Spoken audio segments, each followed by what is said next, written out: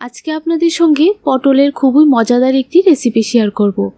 আর এই রেসিপিটি খেতে এতটাই টেস্টি লাগে, আপনারা যদি বাড়িতে তৈরি না করেন তাহলে বুঝতে পারবেন না। আসুন তাহলে রেসিপিটি দেখে নেওয়া যাক।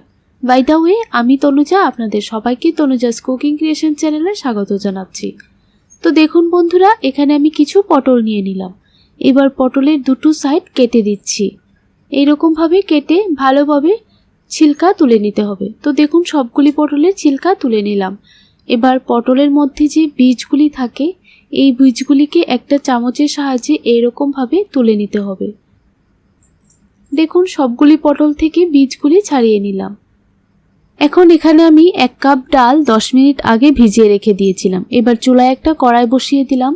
ভিজিয়ে রাখা ডালগুলি দিয়ে দিলাম। ডালটাকে খুব ভালোভাবে ধুয়ে নিতে হবে। এবার পরিমাণ মতো জল দিয়ে দিলাম। এখানে আমি 1 গ্লাসের মতো জল দিয়ে দিয়েছি আর অল্প একটু নুন দিয়ে দিলাম। দেখুন, ডালটা খুব ভালোভাবে সেদ্ধ হয়ে গেছে। আমি প্রায় 10 থেকে 15 মিনিট সময় ঢাকা দিয়ে ডালটা সেদ্ধ করে নিয়েছি। এখন চুলায় একটা কড়াই বসিয়ে 2 টিস্পুন দিয়ে দিলাম সরিষার তেল। তেলটাকে ভালোভাবে গরম করে নিয়েছি। এবার কেটে রাখা পটলগুলি দিয়ে দিলাম। পটলগুলিকে হালকাভাবে একটু ভেজে নিতে হবে। খুব বেশি ভাজবার প্রয়োজন নেই, যেন শক্ত ভাবটা থাকে।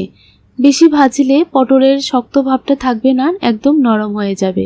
তো দেখুন, পটলগুলি ভাজা হয়ে গেছে। এবার নামিয়ে নিলাম। এবার সেম তেলের মধ্যেই একটা মিডিয়াম সাইজের পেঁয়াজ কুচি করে দিয়ে দিলাম। এখন পেঁয়াজটাকে ভালোভাবে নাড়াচাড়া করে ভেজে নিতে হবে। যখনই পেঁয়াজটা লাল লাল কালার চলে আসবে, তখনই পেঁয়াজের মধ্যে অল্প একটু দিয়ে দিলাম লঙ্কা গুঁড়ো, অল্প একটু দিয়ে দিলাম হলুদ গুঁড়ো, অল্প একটু দিয়ে দিলাম জিরে গুঁড়ো, অল্প একটু দিয়ে দেব ধনে গুঁড়ো। এবার ভালোভাবে সবগুলি উপকরণ একটু ভেজে নিতে হবে। মশলাটাকে খুব ভালোভাবে একটু কষিয়ে নিয়েছি। এবার সেদ্ধ করে রাখা ডালটা দিয়ে দিলাম। ডালটা দিয়ে খুব ভালোভাবে মশলার সঙ্গে মিশিয়ে নিতে হবে আর একটু সময় ভেজে নিতে হবে।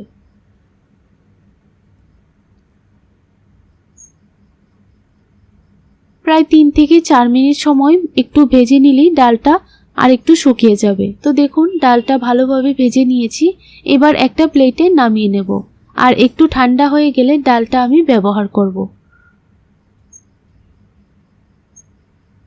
তো এবার পটলগুলি নিয়ে নিলাম। পটলগুলি ভালোভাবে ঠান্ডা হয়ে গেছে আর ডালটাও খুব ভালোভাবে ঠান্ডা হয়ে গেছে।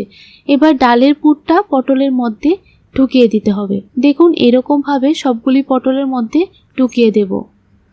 সেমভাবে সবগুলি পটলের মধ্যে ডালের পুর দিয়ে দেব। সবগুলি পটলের মধ্যে ডালের পুর দিয়ে দিলাম। এবার একটা সাইড করে রেখে দিলাম। তারপর চুলায় একটা কড়াই বসিয়ে 2 টিস্পুন দিয়ে দিলাম সরিষার তেল। তেলটা খুব ভালোভাবে গরম হয়ে গেলে পেঁয়াজ কুচি দিয়ে দিলাম। এখানে মিডিয়াম সাইজের একটা পেঁয়াজ কুচি করে দিয়ে দিলাম। পেঁয়াজটাকে হালকা সোনালি রং করে ভেজে নিতে হবে। দেখুন, পেঁয়াজটা ভাজা হয়ে গেছে। এবার অল্প একটু দিয়ে দিলাম নুন, অল্প একটু হলুদ গুঁড়ো দিয়ে দিলাম, 1/2 টিস্পুন জিরে গুঁড়ো দিয়ে দিলাম, 1/2 টিস্পুন ধনে গুঁড়ো দিয়ে দিলাম, 1 টিস্পুন দিয়ে দিলাম লঙ্কা গুঁড়ো আর কালারের জন্য 1/2 টিস্পুন দিয়ে দিলাম কাশ্মীরি লঙ্কা গুঁড়ো। ভালোভাবে মশলাটাকে একটু সময় কষিয়ে নিতে হবে। এবার 1/2 টিস্পুন দিয়ে দিলাম আদা বাটা এবং রসুন বাটা। এখানে আমি আদা এবং রসুন একসঙ্গে বেটে নিয়েছি। ভালোভাবে মশলাটা কষিয়ে নিলাম। এবার অল্প একটু দিয়ে দিলাম জল। এখানে আমি 1/2 গ্লাসের মতো জল দিয়ে দিয়েছি। ঝোলটার মধ্যে বলক চলে এসেছে। এবার ভেজে রাখা পটলগুলি দিয়ে দিলাম। বন্ধুরা, আপনাদের কাছে পটলের এই রেসিপিটি কেমন লাগলো অবশ্যই কমেন্ট করে জানাবেন। ভালো লাগলে ভিডিওটিতে একটা লাইক করে দেবেন। দেখুন, 5 মিনিট পর অল্প একটু গরম মশলার গুঁড়ো দিয়ে দিলাম। আর পটলের মধ্যে যে আমি ডালের পুরটা দিয়েছিলাম, পুরটা কিন্তু একদম বের হয়েছে না। একবার অবশ্যই বাড়িতে এইরকমভাবে পটল রান্না করে খেয়ে দেখবেন, খেতে ভীষণই ভালো লাগে। এবার 1/2 টিস্পুন দিয়ে দেব ঘি। ঘিটা দিয়ে তারপর নামিয়ে নেব। রেসিপিটি খুব সহজ। ভিডিওটি ভালো লাগলে চ্যানেলটিকে সাবস্ক্রাইব করে আমার পাশে থাকবেন আর পরবর্তী রেসিপি দেখার জন্য অবশ্যই নোটিফিকেশন বেল বাটনটি প্রেস করে রাখবেন। তো দেখুন বন্ধুরা, মসুর ডাল দিয়ে পটলের এই রেসিপিটি একদম তৈরি হয়ে গেছে। এবার সার্ভ করে নেব। তাহলে আজকের জন্য এতটুকুই। পরবর্তী রেসিপি দেখার জন্য আমন্ত্রণ রইল।